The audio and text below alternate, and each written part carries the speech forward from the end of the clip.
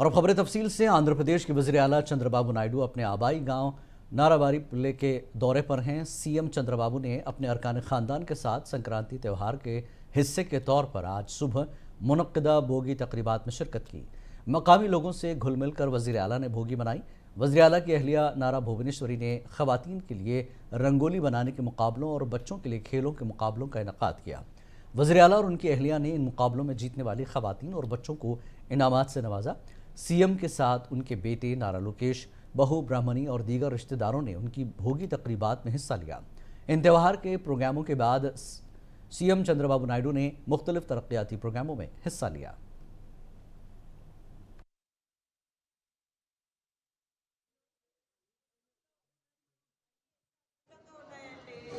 Decide చేయడం కూడా చాలా కష్టంగా ఉండింది.